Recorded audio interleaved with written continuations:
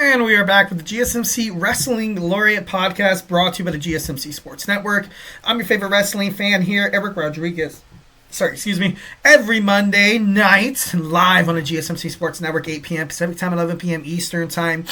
Here to talk about the greatest thing in the world, professional wrestling. We talk about all the action inside and outside the ring, all the backstage curtain calls, rumors, dramas, and conspiracy theories in terms of professional wrestling. We talk about superstar, inactive statuses, and injury updates, contract negotiations, extensions, and new signings. We talk about promotions from WWE to AEW to TNA to Ring of Honor, New Japan Professional Wrestling to game-changing wrestling. If it makes major news in the world of professional wrestling, we talk about it here on this show 1010%. So make sure you guys Superman punch that like and subscribe button to the show to get some cool notifications when we go live and produce new awesome content that is absolutely 1010% FREE free. So what are you waiting for? All right, without further ado, let's go and jump on into my AEW Revolution picks and previews. Make sure you guys hit up that tips and donations link. Make sure during the live chats, you guys hit up that super chat to be part of the show, to change the direction, to be the show host. So we always definitely love hearing from you guys. All right, we have Revolution live from the Crypto.com Arena in Los Angeles, California. That's weird. Bam. Oh, there we go. That's why. All right, cool. Okay, scratch that. City of Angels, home of the Los Angeles Lakers, who are absolutely kicking ass and taking names ever since Luka Doncic joined LeBron James, Dalton Connect, Austin Reeves.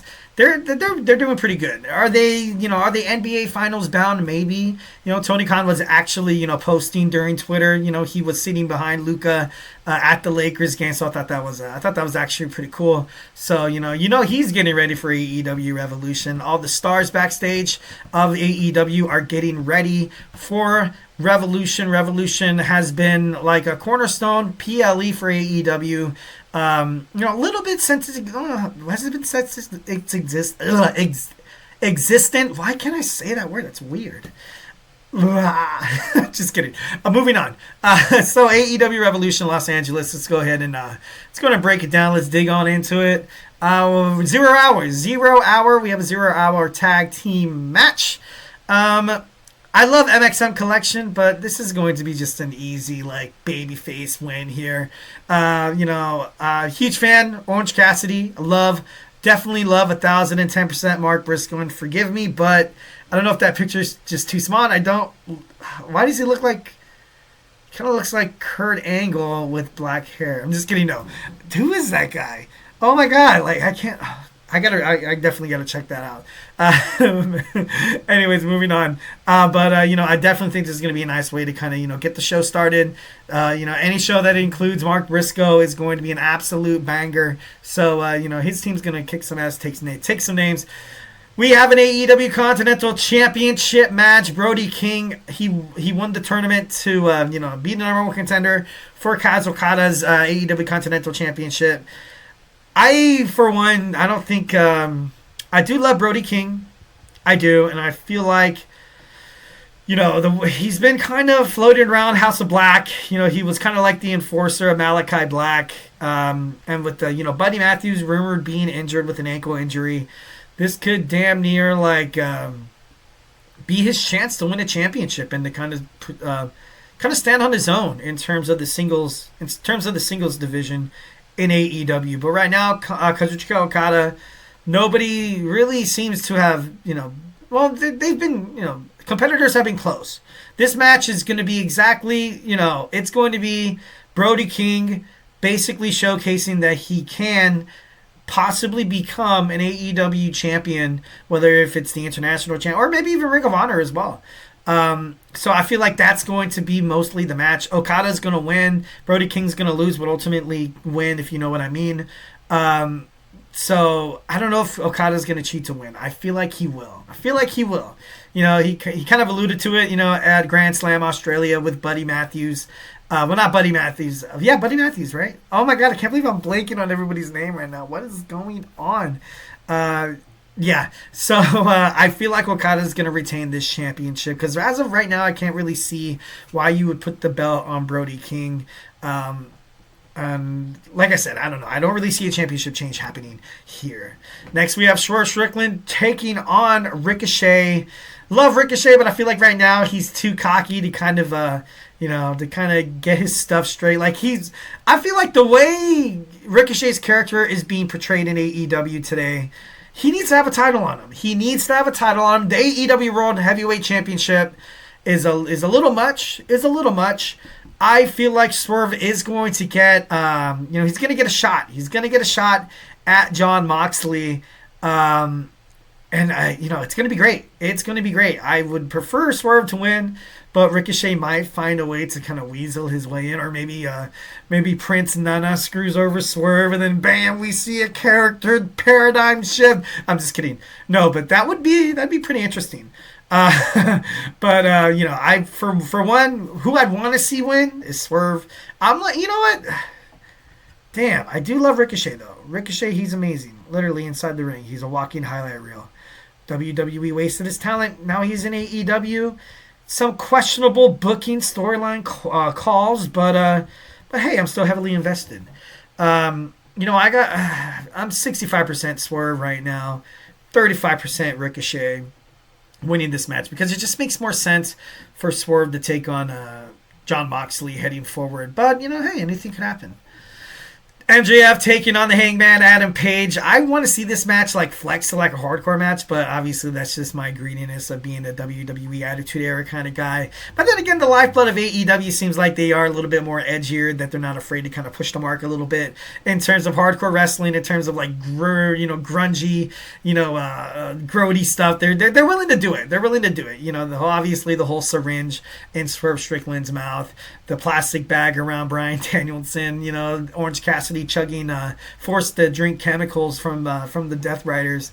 But I want to see this match get crazy. Like I said, I feel like with the two talents you see right in front of you, they're the foundation of AEW. I just recently said it in the past segment. They're the foundation of AEW. Did I say ECW? AEW.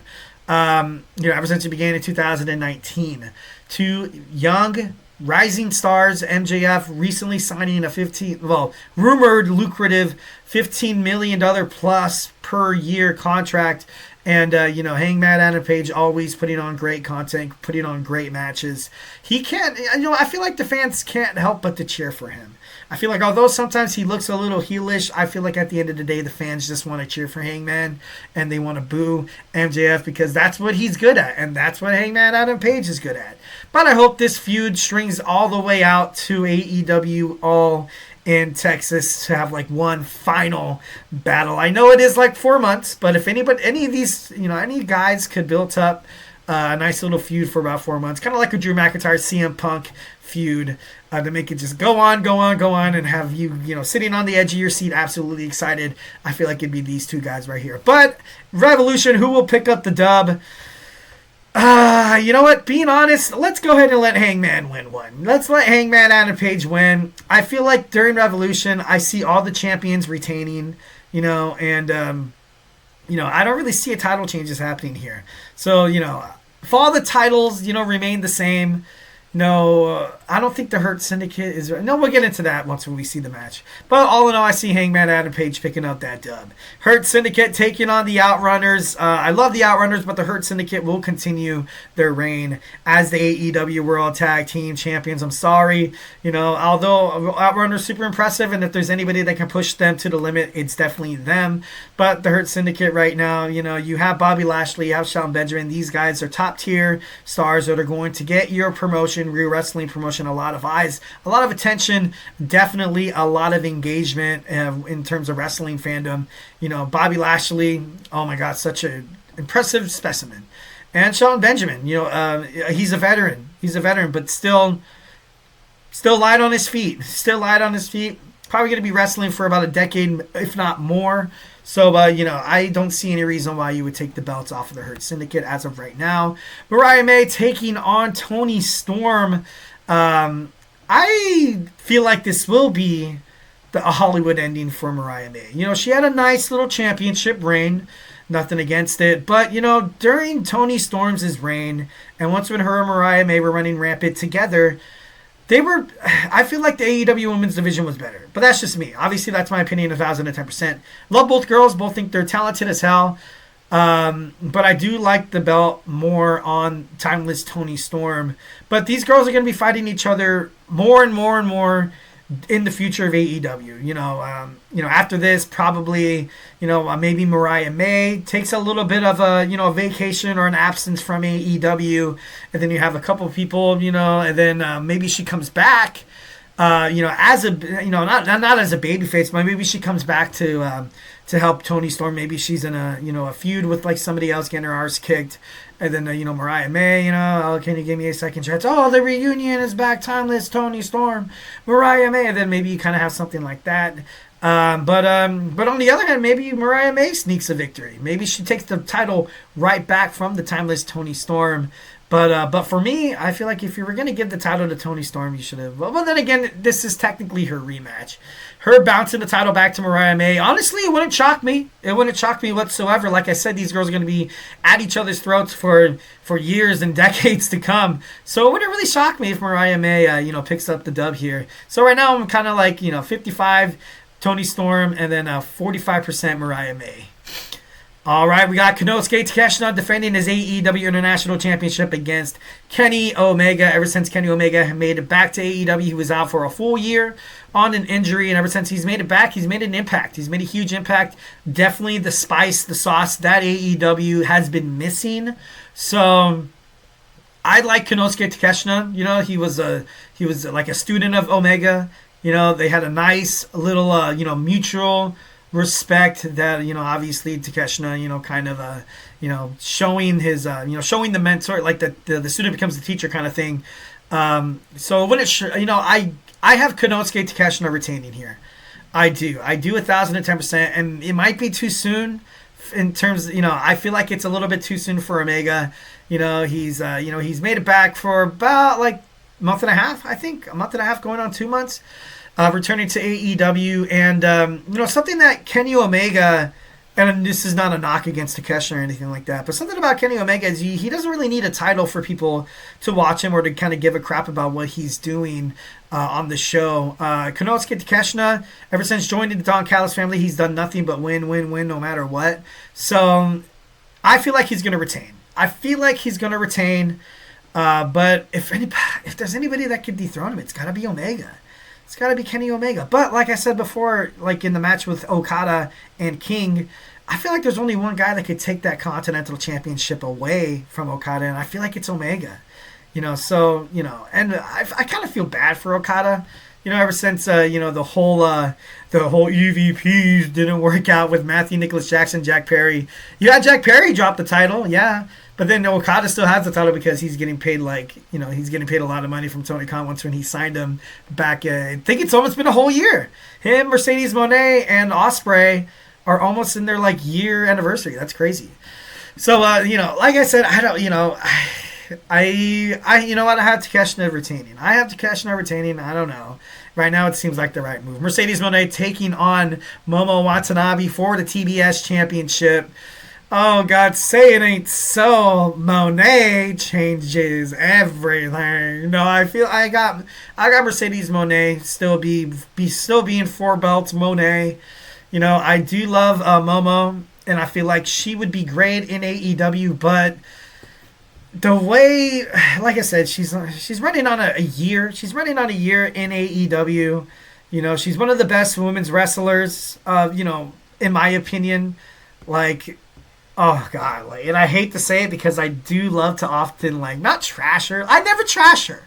I never trash Mercedes Mone. I just feel like Tony Khan, the moment she came to AEW, just gave her everything. And it's not that she doesn't deserve everything or that she's not talented or amazing enough to deserve everything. Maybe I'm just jealous. No. But she is, God, and I hate, and it makes me want to, bite my tongue. But I feel like she's going to retain. And I feel like what AEW needs is for Mercedes Mone to be successful and be the cornerstone of women's wrestling. And that's something that, Tony Khan has done a really good job of. But the belts are too much. Belts are too much. Drop the New Japan Professional Wrestling Strong Championship or one of the other ones. Keep her the TBS Championship because that's ultimately kind of a simulated width of AEW. I feel like she will beat Jade's record. I respect Mercedes Mone, but I do feel like Tony Khan has kind of given her a lot, and I've read a lot of reports saying that backstage she's she's kind of like as she's portrayed on on camera. You know what I mean?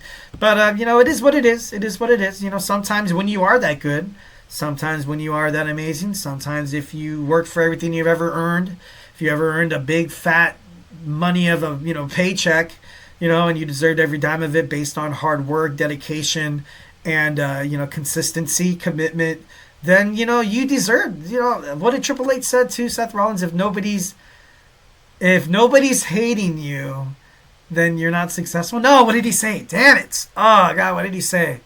He said, if nobody hates you, then you're not making money or something like that. I'm not too sure. Damn it, I'm going to actually fact check that during the break. But I got Mercedes Mone retaining her championship cleanly. Next, we have Will Ospreay taking on Kyle Fletcher in a steel cage match, much like I alluded to earlier in the segment, sorry.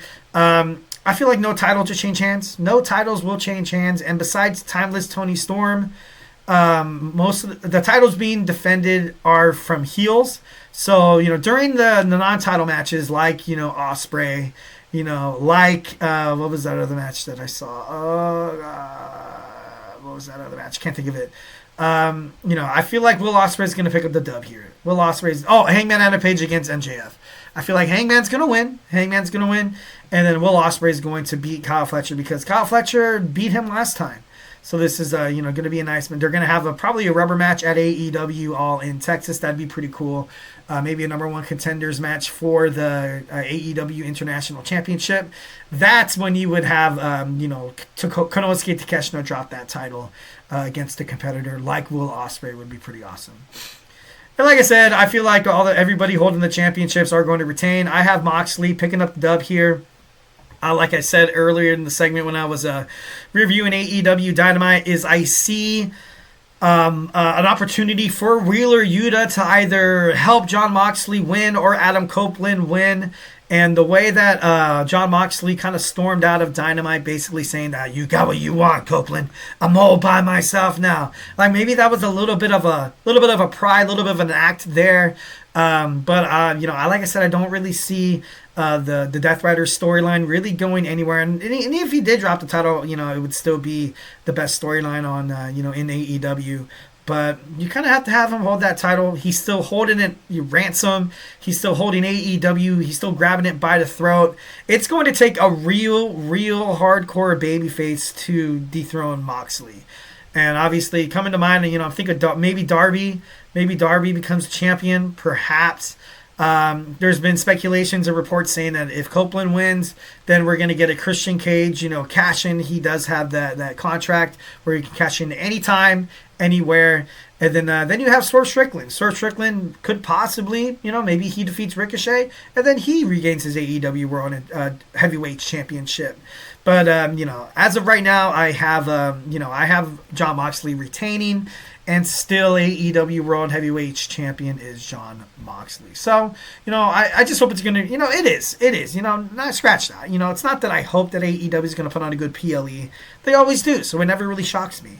But, definitely can't wait to watch it on Sunday. I was so hoping that it's streaming on Prime Video meant that I could watch it for free. But that's just me being a cheapskate, I guess, But, I want to buy it because it'd probably be worth every penny. Every single time I watch an AEW PLE, I'm in for a long ride because, you have about 3 hours for the show. You have the pre-show, then you have the press conference show after, and, it takes up a chunk of your day, and and it's all wrestling content, and it's all cool to watch. So it's not like it's not money well spent. Like if you go ahead and go to Buffalo Wild Wings to spend $50, you're only there for probably like 2 hours because the appetizers, the drinks, and stuff like that. Like everything's expensive nowadays. It's insane. So and it's for a good cause. Professional wrestling, kicking ass, taking names. All right, next segment. The WWE Women's Mid-Card titles are in trouble. We're going to talk about it. We're going to dive on into it. So grab your favorite snack, grab your favorite ice cold beverage, and join me here in about 25 seconds. So, hey, do not go anywhere.